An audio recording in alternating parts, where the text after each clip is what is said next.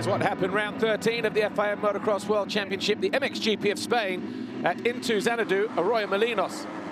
Tom Vial with his 12th foxhole shot of the campaign. He was closely followed over the line by Jago Geerts and Mattia Guadagnini. Maxime Renaux not too far away either, but Renaux was the first to react. He moved past the Italian Guadagnini into second. And Jed Beaton, who also started pretty well, made his move forward as well to an eventual fourth place finish. Jago Geerts not so fortunate, a couple of mistakes. This one whilst in fourth cost him dearly.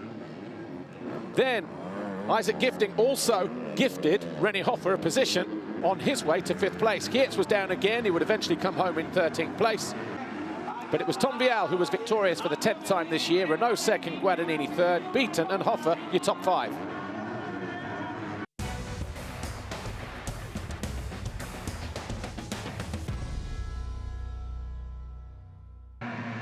MX2 race 2 once again from the centre of the gate. Tom Vial with foxhole shot number 13. Jago Geerts and Maxime Renaux almost collided through the first turn.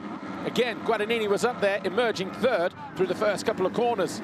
And just like race 1, Maxime Renaux was quick to react. He made this move around the outside of the Italian Guadagnini to move into third.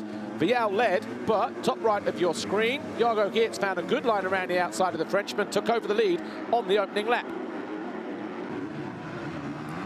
Kai de Wolf had one of those races. He was in 6th, but then fell a couple of times. He eventually emerged in 18th at the flag. Guadagnini also threw himself down the track. He would pick himself up to finish in 8th. But around the half-distant mark, Maxime Renaux got the better of Tom Vial to move into second, and then with about 6 laps to go, the same move on his teammate, Jago Geerts, to take over the lead. Vial tried to come back at the Belgian Jago Geerts, but lost the front on the exit of the turn. He would have to settle for third. The final lap, the final corner, the two Yamahas were side by side, but it was Renaux who won the race from Geerts. Vial was third. Beaton and Fernandez your top 5. And the overall classification looked like this. Renaux, your overall winner for the 4th time this year with a 2nd and a 1st. Vial second with a win and a 3rd. And Beaton on the podium with 2 4th place finishes. And Renaux now leads the title chase by 108 points. His teammate Jago Geerts is second. Guadagnini 1 point adrift. Vial 9 behind a top 3 spot. In that first moto, I took a good start, but Tom was fast and I couldn't really find any place to pass, you know, so I just sat there and satisfied myself. In second moto, I could find one good line just before the race. I passed both Tom and Jago on this one, so I'm really happy.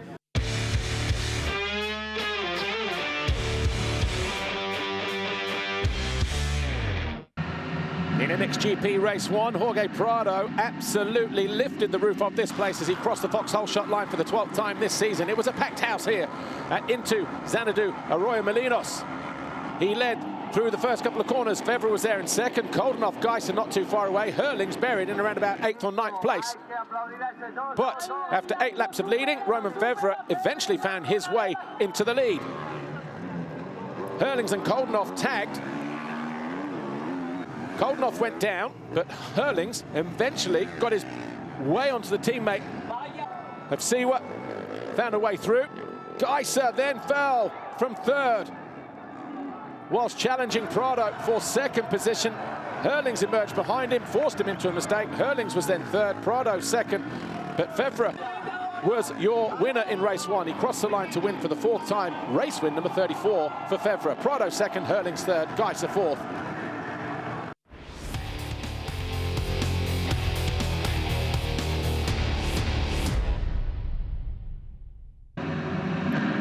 After winning race 1, Romain Fevre over on the right-hand side got squeezed going into turn 1 as once again Jorge Prado over the foxhole shot line. That's 13 black plates now for the Spaniard. And once again, the atmosphere electric as he led his way around the Spanish circuit.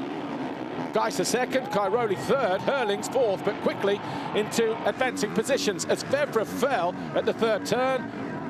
Paul Jonas lost a couple of positions there with that mistake, and Hurlings down the inside of Geiser after he also made a mistake.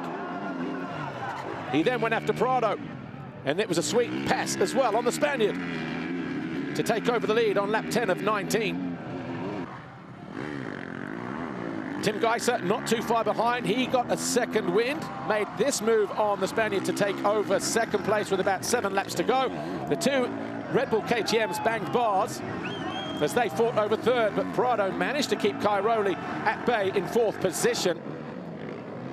Romain Febvre, after his poor start, passed Seaward to move into 7th. That's where he would stay, but it would not be a visit to the podium for the Frenchman. Herlings went on to win for the 10th time this year from Geiser, Prado, Cairoli and Jonas.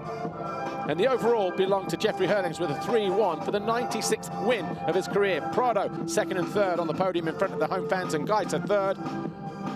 Jeffrey Herlings now 12 clear of Romain Febvre. Geiser 3 back, so 15 points still separate the top 3 riders. Prado and Cairoli round out the top 5.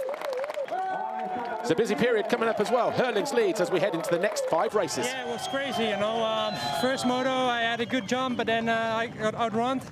But second moto, I didn't have a great jump either, but I was around 5th or 4th through the first turn.